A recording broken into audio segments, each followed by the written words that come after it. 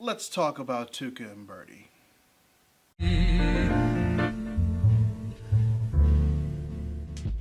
Readers, after finding out that Adult Swim picked it up for a second season after Netflix unfairly canceled it, I decided to watch the 10 episodes that consisted of season 1 of Tuca and Bertie. And when I watched it, I'm not gonna lie, two specific things ran across my head. One, man, there are a lot of free-range boobs in this show. And two, man, I wonder if season 2 is gonna have to rein it in with all this free-range boob in this show. What? It's true. There is a whole lot of titty in this show. But there's also a very well done story in it that shows how two friends come to terms with how different they are from each other, and how those differences can help be the crutch each other needs in order to get over some very heavy stuff. And as season 1 has illustrated, the heavy stuff the two face throughout it comes in the form of abuse, specifically verbal, sexual, and mental. No, I'm not going to debate which character had the better arc. No, I'm not going to debate which character should have more focus over the other. Because both characters' experiences and personal growth are necessary in order to understand the bigger picture of the season, and I kinda love it for that. How? Well, allow me to explain, and I'll start with Bertie. Bertie's abuse and trauma may have become noticeable to me in episode 2 when she fought to get her promotion at her job, but it didn't become noticeable to me how she dealt with it until after she became the apprentice of Pastry Pete.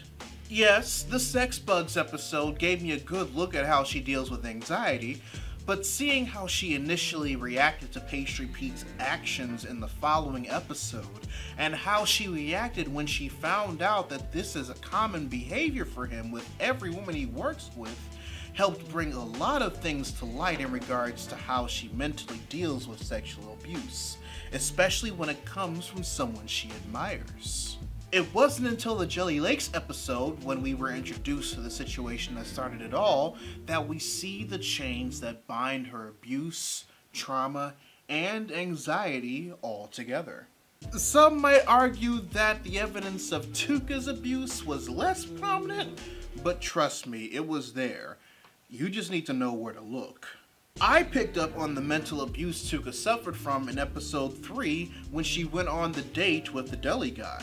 Despite it being a joke for the episode, the mean mirror in her studio apartment that does nothing but talk shit about her is actually a thing she compartmentalizes about herself. We see that in how she acts when she's actually on the date with the deli guy, and when she decides to keep it while pulling a Marie Kondo in the last episode of the season. What's up, you stupid slob? This mean mirror keeps my ego in check. Keep. But we get to the root of both the mental and verbal abuse she deals with when we meet her aunt, who constantly talks negatively about her every time they meet, especially when she's drunk. And in turn, she internally reaffirms these things her aunt says about her in the behavior we see her present in the majority of the season.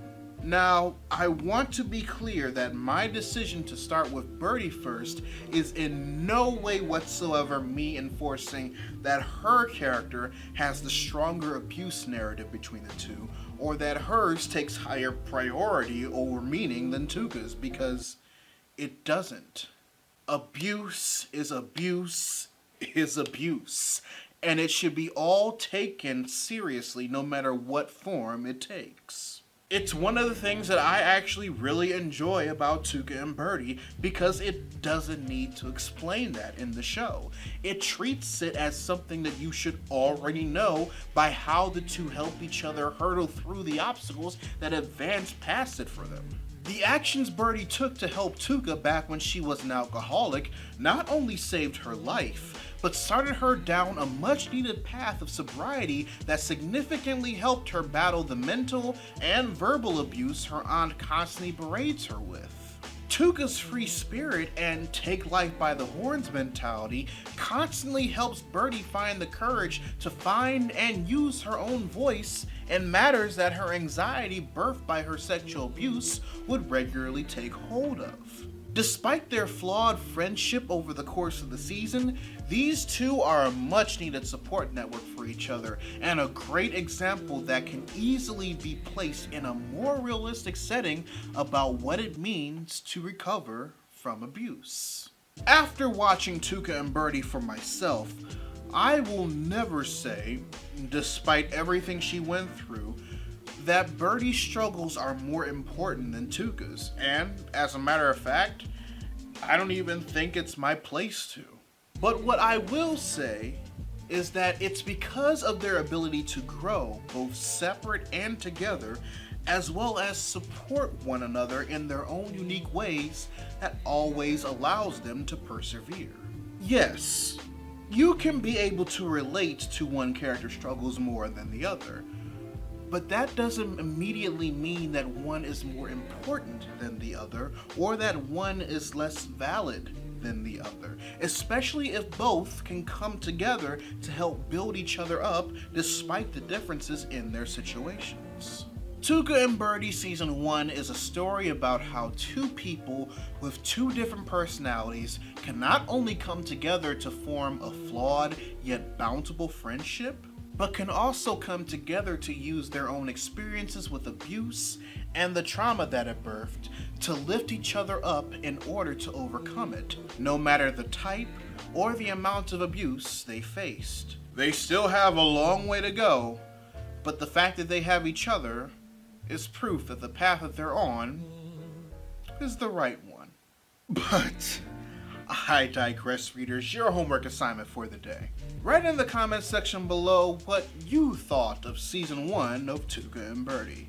Or, and I can't stress this enough, only if you feel like sharing with the rest of the class, a time where you feel that you benefited from a relationship like Tuca and Bertie have to get you through something like stress, anxiety, abuse, anything of the sort.